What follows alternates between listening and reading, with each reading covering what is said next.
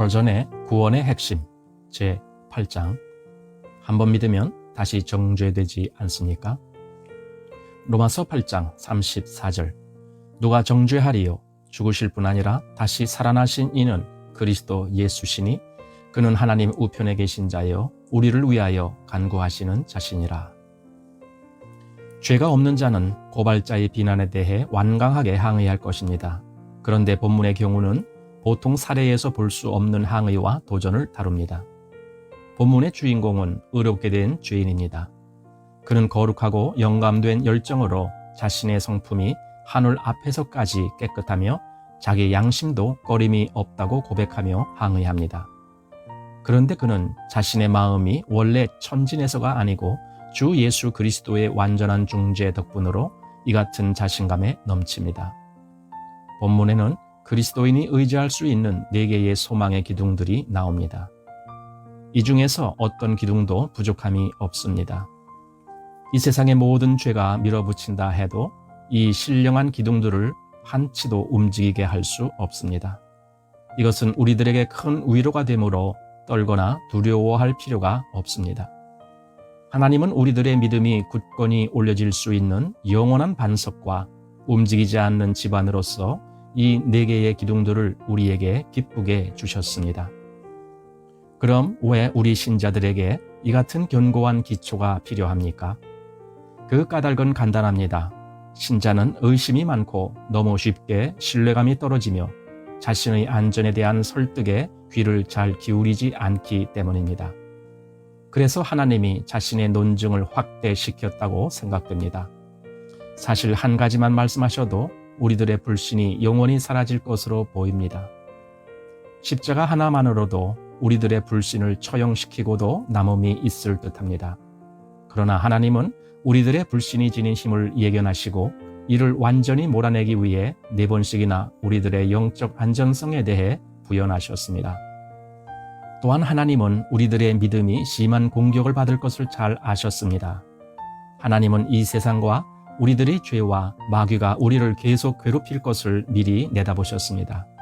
그래서 하나님은 이 4개의 기둥으로 방어벽을 세우고 참호를 만들어 우리들을 보호하셨습니다. 그러기에 우리는 파괴될 수 없습니다. 우리들에게는 4겹으로 된 방벽이 있어 세상과 지옥의 연합군이 쳐들어와도 끄떡없습니다.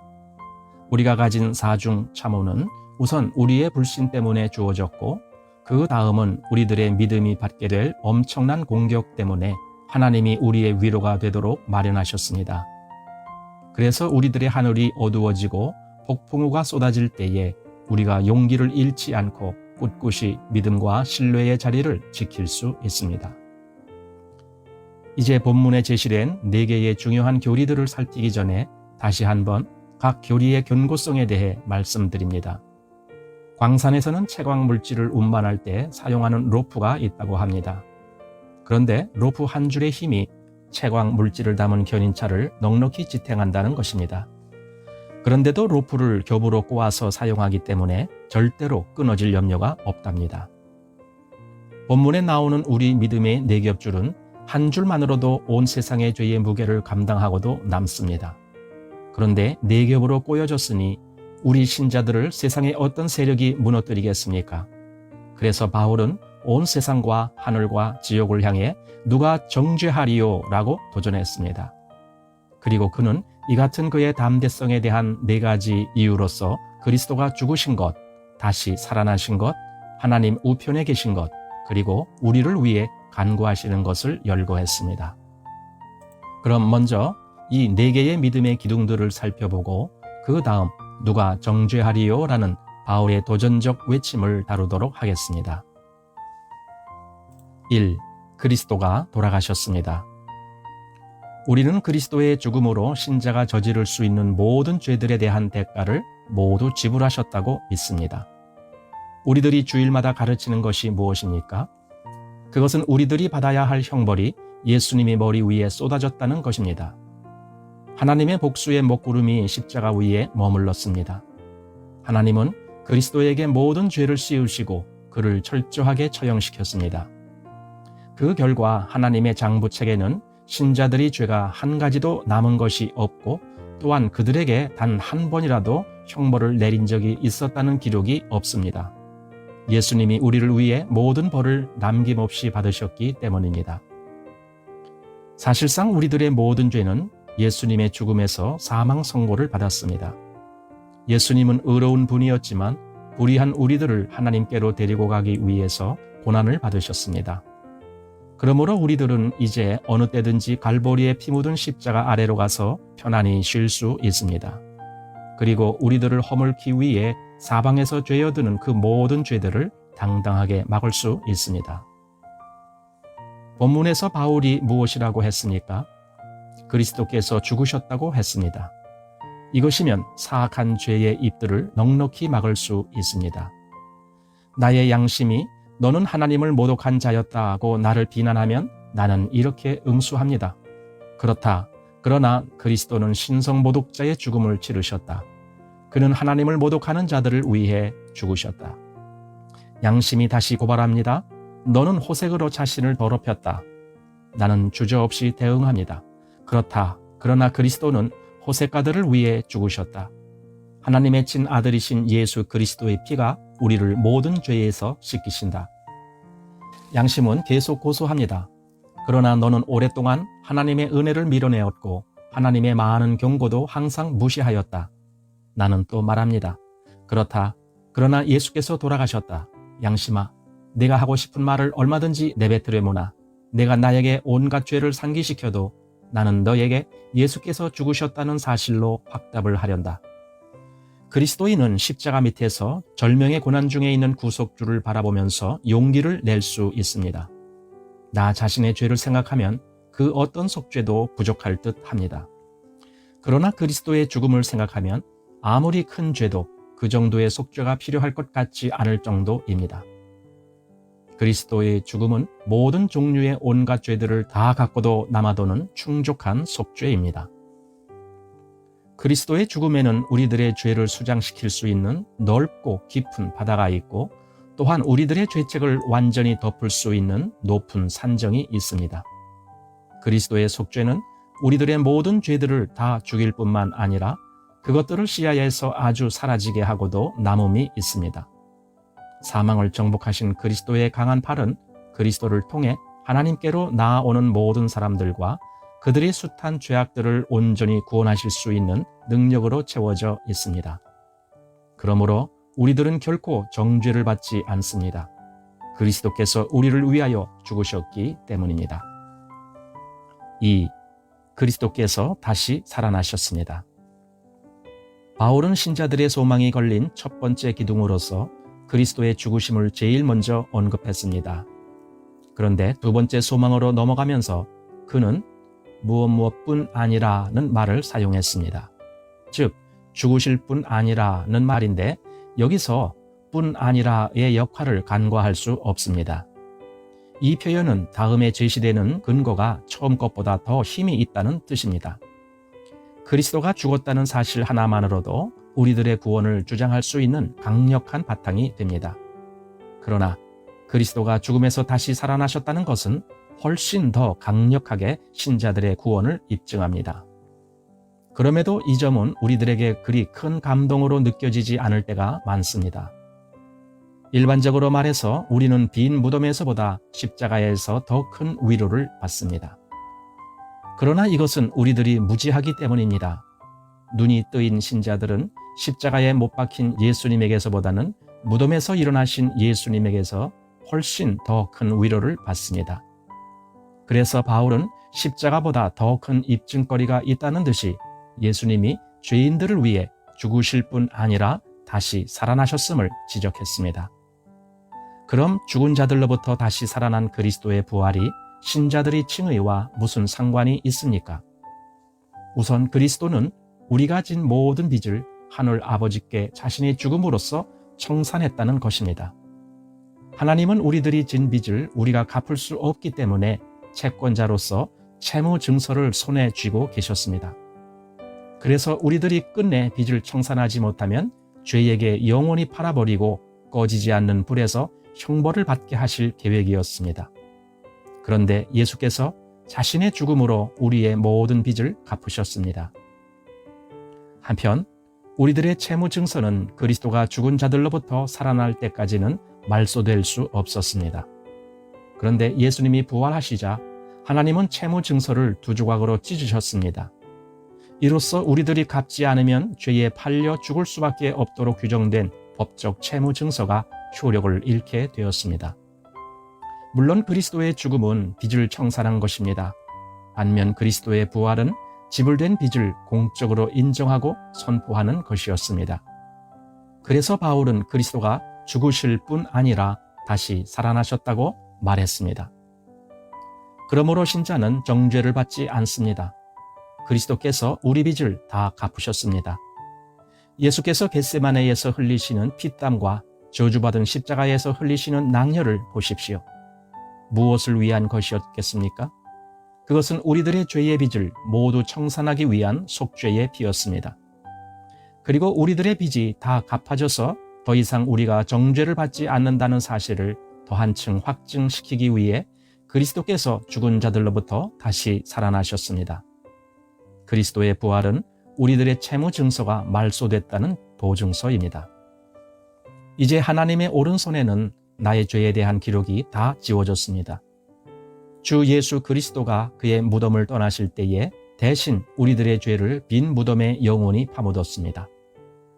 그리스도의 죽음은 그의 고난의 깊은 광산에서 은혜의 황금을 채광하는 것이었습니다. 그리스도의 죽음이 그의 자녀들의 구속을 위한 황금의 주조였다면 그의 부활은 그 황금으로 하늘 아버지의 얼굴에 박힌 현행 금화를 주조하는 것이었습니다. 십자가에서 나는 나의 죄를 위하여 대속의 희생을 치르며 죽어가시는 예수님을 봅니다. 그러나 부활에서 나는 하나님이 그리스도의 죽음을 인정하시고 그 죽음을 부정할 수 없는 나의 칭의를 위한 행위로 간주하시는 하나님을 봅니다. 나는 하나님이 그리스도의 부활 위에 어인을 찍으시는 것을 봅니다. 그래서 나는 그리스도께서 죽으실 뿐 아니라 다시 살아나셨다고 외칩니다. 그렇다면 누가 신자를 정죄할 수 있단 말입니까? 그리스도의 부활은 또 다른 측면이 있습니다. 십자가의 죽음은 구원의 우물을 파는 것이었다고 말할 수 있습니다. 이 작업은 수고로운 노역이었습니다. 예수님은 고난의 바위들을 뚫으며 가장 깊은 순환의 밑바닥에 닿을 때까지 파고 또 팠습니다. 그런데 부활은 끝까지 파내려간 그 우물에서 물이 솟아나게 한 것이었습니다. 그리스도는 우물을 밑바닥까지 팠습니다. 그렇지만 한 방울의 물도 나오지 않았습니다. 그때까지 세상은 메마르고 목말랐습니다. 그러나 부활의 아침이 밝아왔습니다. 그때 우물아 물을 내어라는 음성과 함께 생수가 솟구쳐 올랐습니다. 그리스도 자신이 무덤에서 나왔습니다. 부활과 생명이 그리스도와 함께 어둠의 무덤 속을 헤치고 나왔습니다. 그리하여 모든 영혼들을 위한 용서와 화평이 깊은 고난의 우물에서 흘러나왔습니다. 내 믿음은 그리스도가 판 우물만으로도 만족합니다. 그런데 그 우물에서 영원한 생수가 넘쳐 흐르는 것을 볼 때에 나의 만족은 얼마나 더 크겠습니까? 사도 바울이 그리스도를 죽으실 뿐 아니라 다시 살아나신 이라고 한 말은 참으로 옳습니다. 그리스도의 부활이 지닌 의미는 그의 죽음과 비교해 볼 때 또 다른 측면이 있습니다. 하나님의 백성들은 그리스도의 죽음 속에 인질로 잡혀 있었다고 볼 수 있습니다. 그리스도는 모든 택함받은 자들의 대표자이기 때문입니다. 그리스도가 십자가에 묶였을 때 나의 죄도 거기에 묶였습니다. 그리스도가 죽음을 당하셨을 때에 모든 신자도 그분 안에서 죽었습니다. 그가 묻혔을 때 우리도 그분 안에서 매장됐습니다. 그가 무덤 안에 갇혔을 때 그는 모든 교회를 대표하는 인질이었습니다. 그가 감금되어 있는 한 물론 소망의 한 근거가 되기도 하지만 그것은 의인들을 위해 뿌려진 빛의 씨앗에 불과했습니다. 그러나 부활의 아침에 갇혔던 불빛의 싹이 터져 눈부시게 발산되었습니다. 인질이 풀려났습니다. 수확의 첫 열매가 나왔습니다. 하나님이 나의 기름 부은 자를 풀어주어라. 나는 그를 만족히 여긴다고 하셨을 때 모든 선택된 자녀들이 그분 안에서 해방되었고 모든 신자들이 다시는 감금이나 죽임을 당하지 않도록 추록되었습니다. 그리스도가 십자가에 묶이셨을 때 나는 희망의 근거를 봅니다. 그리스도는 나를 위해 묶이셨기 때문입니다. 그리스도가 죽으셨을 때 나는 기쁨의 근거를 봅니다. 그리스도는 나를 위해 죽으셨기 때문입니다. 나는 그의 매장에서 확실한 만족의 근거를 봅니다. 그는 나를 위해 묻히셨기 때문입니다. 그러나 그리스도가 무덤에서 나왔을 때, 죽음을 삼키고 승리했을 때 나의 소망은 기쁨의 노래 속에서 터져 나옵니다. 그리스도는 살아계십니다. 그리스도가 사시기에 나도 삽니다. 그는 죽음에서 풀려났습니다. 그래서 나도 해방되었습니다. 죽음이 다시는 그리스도를 제압할 수 없습니다.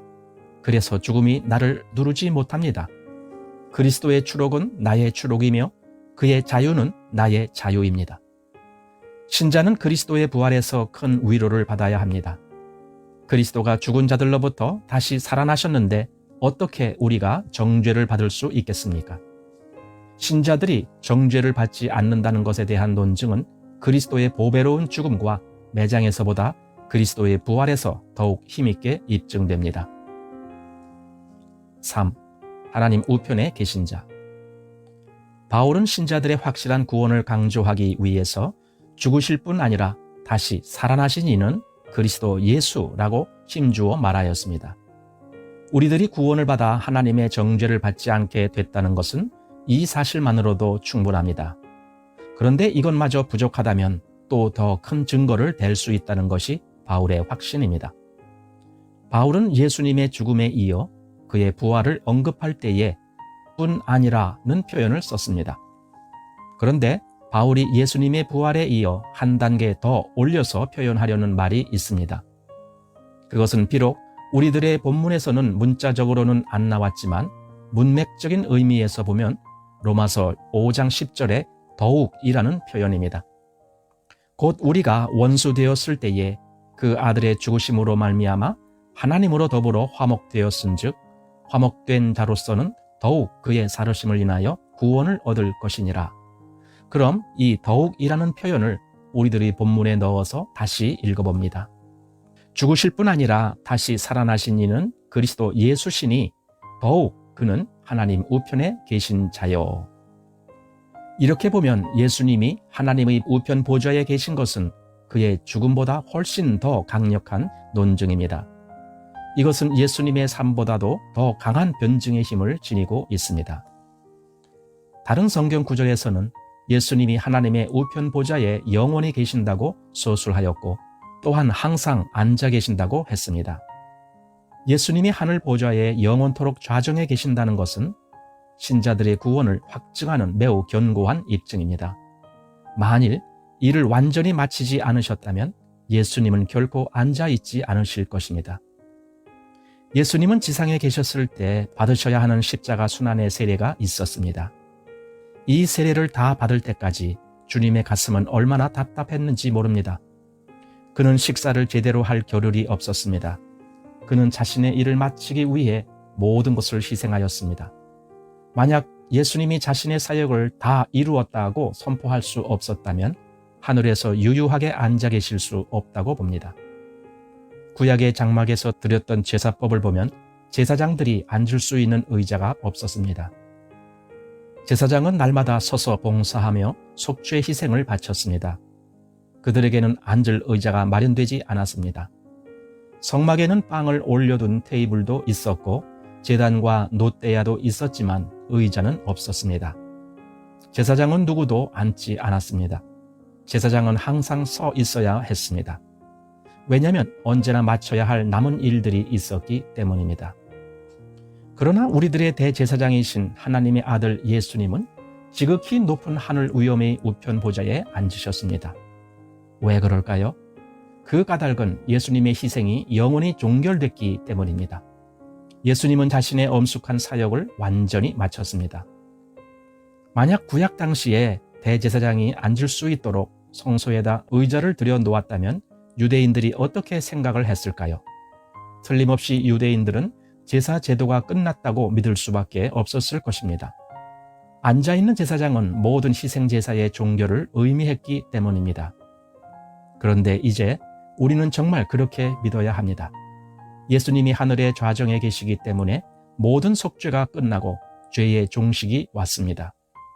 이것은 신자가 결코 멸망되지 않는다는 보증입니다. 만약 신자가 멸망될 수 있다면, 즉 또 다른 위험이 남아있다면 그리스도는 하늘 보좌에 앉아 계실 수 없을 것입니다. 만약 그리스도의 사역이 완결되지 않아서 구속받은 자가 한 사람도 빠지지 않고 다 천국으로 들어갈 수 없다면 예수님은 결코 앉아서 안식할 수 없을 것입니다. 이제 본문 자체의 의미를 더 구체적으로 살피겠습니다.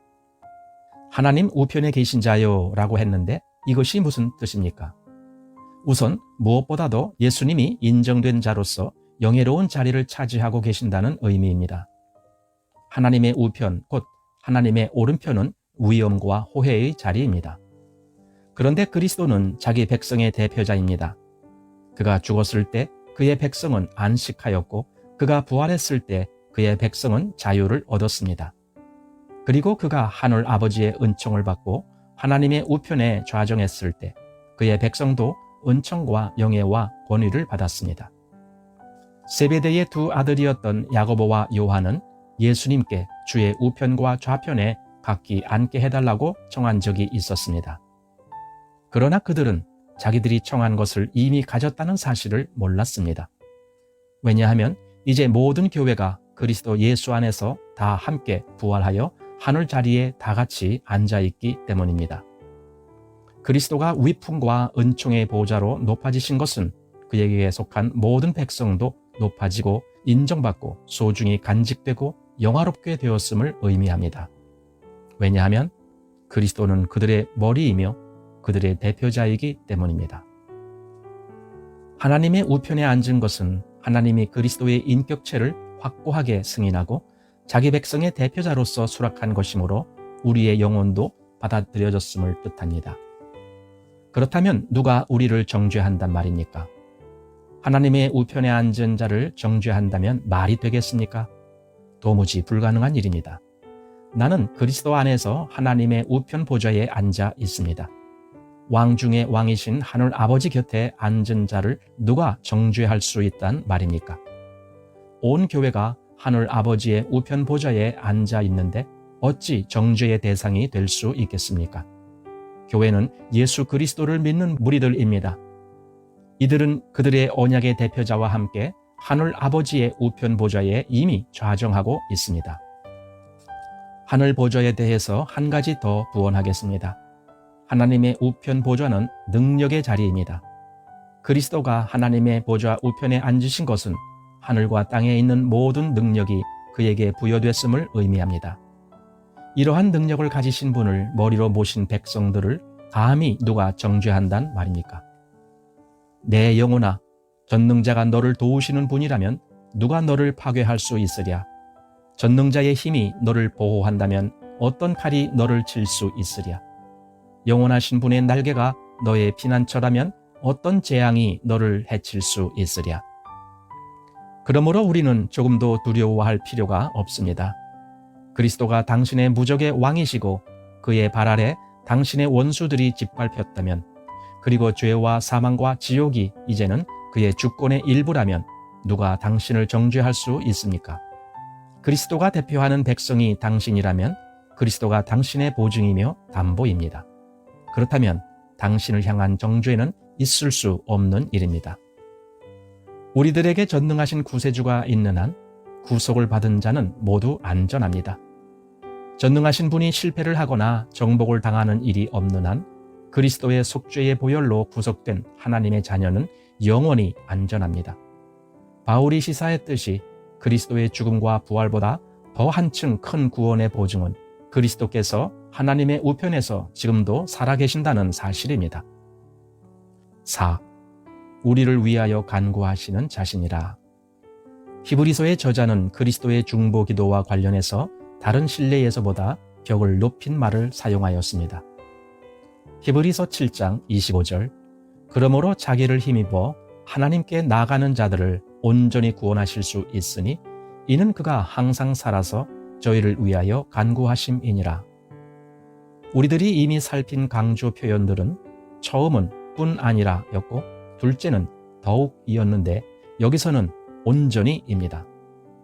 이 말이 본문의 문맥에 들었다고 간주하면 우리를 위하여 간구하시는 자라는 또 하나의 제시는 4가지 논증 주제 중에서 가장 힘이 있다고 생각됩니다. 그럼 본문 풀이를 위해 간단한 질문을 던져보겠습니다. 왜 그리스도가 오늘날도 하늘에서 간구를 해야 합니까? 어떤 옛사람이 이렇게 설명했습니다. 공의로우신 하나님이 그리스도를 치기 위해서 보좌에서 일어나셨을 때 조금도 양보할 것이 없었습니다. 그래서 그리스도는 빚을 다 갚아야 했습니다. 그런데 하늘 재판장은 이렇게 말씀하셨습니다. 나는 빚값을 받으러 땅으로 내려가지 않겠다. 그것을 내게로 가지고 올라오라. 그리스도는 영원한 보좌 위로 올라가는 길을 찾기 위해 먼저 죽음의 문을 지나야 했습니다. 그 다음 그는 영광스러운 승천을 하였는데 정복한 포로들을 이끌고 마치 로마의 정복자들이 승전 행렬에서 금화나 은화를 뿌리듯이 그의 양손으로 자비를 뿌리면서 하늘로 입성하셨습니다. 그리스도는 아버지의 보좌 앞에 나타나서 빚값을 여기 다 가지고 왔습니다 라고 보고드렸습니다. 하나님은 빚을 받으려고 지상으로 내려가시지 않았습니다.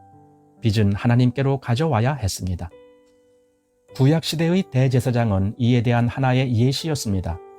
그는 먼저 희생동물의 피를 준비했지만 그냥 그대로 하나님이 받으시지 않았습니다.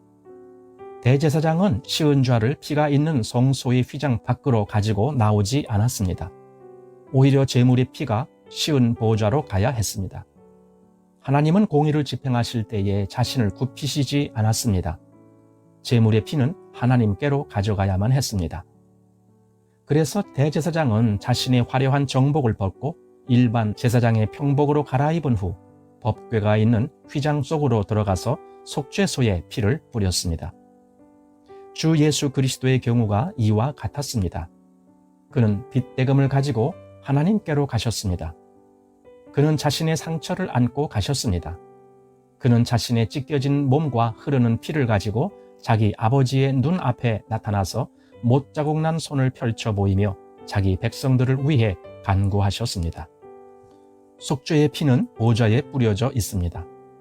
이것은 신자가 결코 정죄를 받을 수 없다는 뚜렷한 증거입니다. 속죄의 보혈은 땅에 쏟아지지 않고 씌은 좌에 부어졌습니다. 이것은 하나님의 보좌 위에 놓여 있습니다. 그 보혈은 하나님의 귀 속에서 외칩니다. 이것은 우리들의 영원한 구원에 대한 확고한 보증입니다. 이렇게 볼 때 그리스도인이 정죄를 받을 수 없다는 가장 훌륭한 증거는 아마 그리스도의 중보일 것입니다. 그리스도가 누구입니까? 그리고 그가 누구에게 간구합니까? 저는 어제 어떤 생각에 잠겨 있었는데 얼마나 마음이 유쾌했는지 모릅니다. 그것들은 복잡하지 않은 평이하고 간단한 생각들이었지만 제게는 퍽 은혜가 되었기에 잠시 나누려고 합니다. 내가 어떤 사람을 위해서 중보를 해야 할 때, 가령 나의 친형제를 위해서 아버지께 간구할 일이 있다면 이것이 곧 예수님의 경우였다고 생각됩니다. 그는 자기 아버지에게 간구를 하셨는데 동시에 우리들의 아버지에게도 간구를 한 셈입니다.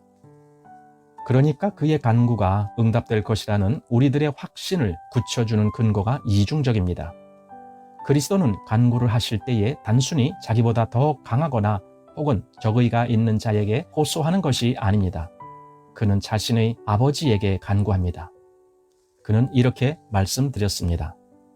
나의 아버지, 아버지의 뜻을 행하는 것이 나의 기쁨이며 또한 나의 뜻을 행하는 것이 아버지의 기쁨입니다. 아버지, 그런데 제가 간구하는 자들은 아버지 자신의 자녀들입니다. 아버지는 제가 그들을 사랑하는 것처럼 그들을 똑같이 사랑하십니다. 또 아버지께서 나를 사랑하심같이 그들을 사랑하십니다. 형제를 위해서 아버지께 간구하는 일은 어렵지 않습니다. 예수님이 하늘 아버지에 대해서 어떻게 표현하셨는지 아십니까? 요한복음 20장 17절 내가 내 아버지 곧 너희 아버지 내 하나님 곧 너희 하나님께로 올라간다 하라 하신대. 당신이 가령 살인 혐의를 받고 재판을 받게 됐다고 가정해 봅시다. 당신이 아무리 잘 아는 변호사라도 그를 신뢰할 수 있겠습니까? 나의 경우라면 내가 직접 말하고 싶을 것입니다. 그렇게 되면 나의 변호사는 아마 이렇게 대꾸할 것입니다. 조용히 있어요. 물론 당신 자신의 목숨이 걸린 문제니까 나보다 훨씬 더 진지하게 호소하겠지만 당신은 법을 잘 모르지 않소. 그래서 자신에게 오히려 불리한 결과를 가져오기 쉽소. 그래도 나는 내 생명이 위태로운데 나는 티고 속에 가만히 앉아있고 내 변호사가 나 대신 변호를 한다면 내 혀가 가려워서라도 일어나서 이렇게 외칠 것입니다. 재판장님, 나는 죄가 없습니다. 나는 갓난 아기처럼 깨끗합니다. 내가 받은 혐의에 대해 무고합니다. 내 손은 누구의 피에도 닿지 않았습니다. 나는 내 생명이 걸린 문제라면 내가 직접 변호할 것입니다. 그런데 저는 그리스도에 대해서는 전혀 그렇게 느껴본 적이 없습니다. 나는 조용히 앉아서 예수님이 나 대신 변호하시게 할 것입니다. 내가 일어서서 나 자신을 스스로 변호할 의사가 없습니다. 나는 내가 나 자신을 사랑하는 것보다 그리스도가 나를 더 사랑한다고 생각합니다.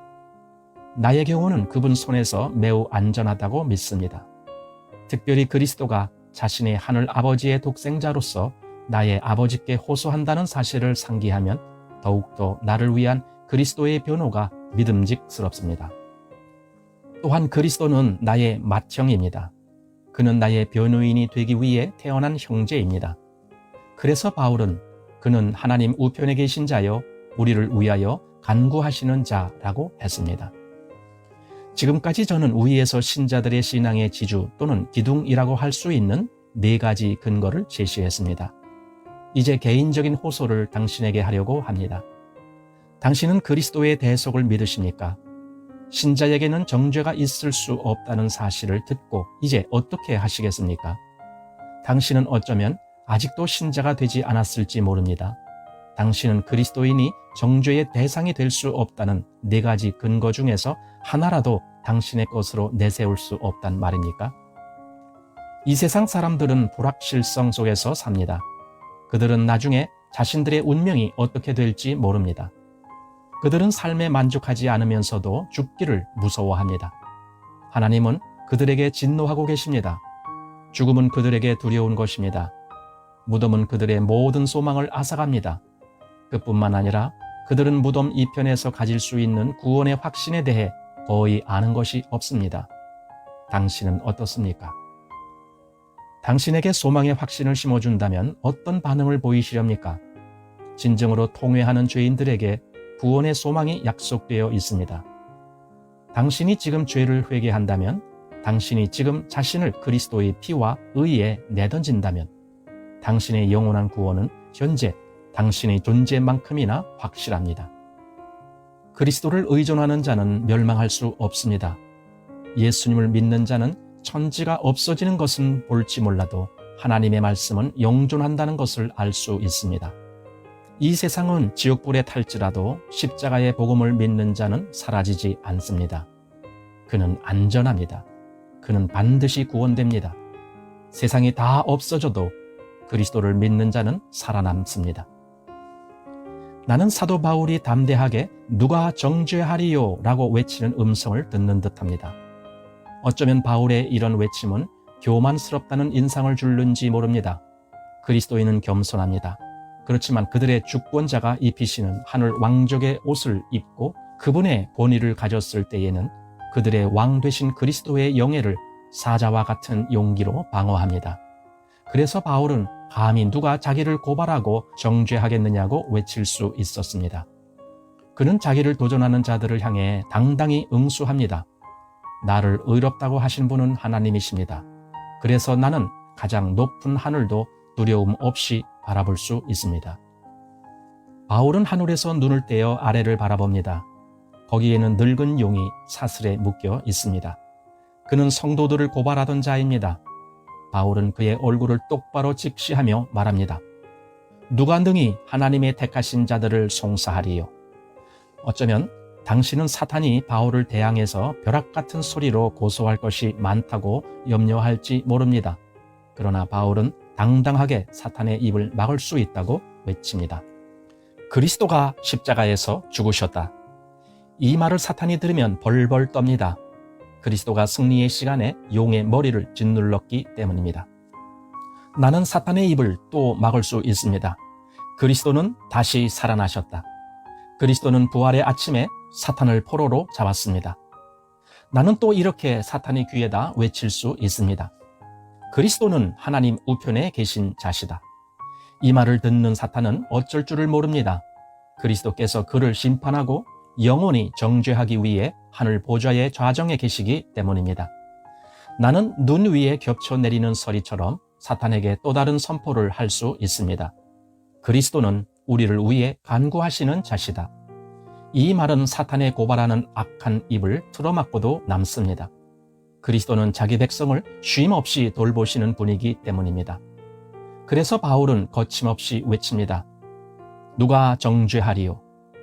바울은 회심하기 전에 많은 성도들을 핍박했습니다. 죽임을 당한 그들은 제단 아래에서 부르짖습니다. 우리 피를 신원하여 주지 아니하시기를 어느 때까지 하시려나이까?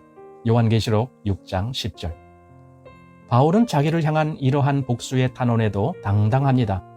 나는 과거에 하나님을 모독하던 자였고 교회를 핍박하며 많은 사람들을 상하게 했습니다. 그러나 하나님은 오래 참으시는 분임을 먼저 나에게 나타내시기 위하여 저를 구원해 주셨습니다. 나를 위해 그리스도가 죽으실 뿐 아니라 다시 살아나셨습니다. 바울은 그를 조롱하고 위협하며 멸시하는 자들 가운데 의연히 서서 외칩니다. 누가 나를 고소하겠습니까? 아무도 그를 대항해서 하나님 앞에 고소할 거리를 찾지 못합니다. 왜냐하면 그리스도의 죽음과 부활의 공로로서 모든 죄를 용서받은 자를 하나님의 법정에서 고발할 근거가 없기 때문입니다. 그리스도인은 어디든지 두려움 없이 떳떳하게 다닐 수 있습니다. 이것은 얼마나 자랑스럽고 감사한 일인지 모릅니다. 신자는 어디에서도 자기를 고소할 수 있는 자를 만나지 않습니다. 그들의 입은 모두 닫혀 있습니다.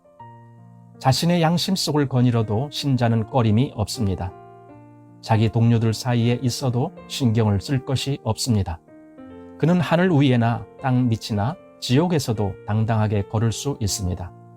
그는 의롭게 된 사람이기에 누구도 고발할 수 없습니다. 누가 그리스도인을 정죄한단 말입니까? 아무도 없습니다. 하늘 높은 곳에서도 깊은 땅 속에서도 신자들을 정죄할 자가 없습니다. 그리스도가 그들을 위해 대신 죽으시고 다시 살아나신 후 하늘 보좌에 앉으셔서 그들을 위해 간구하시는데 누가 감히 하나님의 자녀들을 정죄한단 말입니까? 만물이 다 사라질 날이 다가옵니다. 하늘이 불에 타고 두루마리처럼 말려서 없어질 날이 옵니다. 태양과 달과 별들이 빛을 잃고 지구가 뒤흔들리며 하늘 기둥들이 요동합니다. 대심판이 시작됩니다. 나팔을 든 천사들이 하강합니다. 그러나 이번에는 찬양을 부르기 위해서가 아니고 의로서 땅을 심판하고 공평으로서 사람들을 심문하기 위해서입니다. 그때 신자들은 이렇게 말합니다. 나는 대심판을 두려워하지 않습니다. 아무도 나를 정죄할 수 없기 때문입니다. 커다란 흰 보좌가 놓여지고 기록된 책들이 펼쳐집니다. 죄인들은 떨며 소리를 지릅니다. 요한계시록 6장 16절.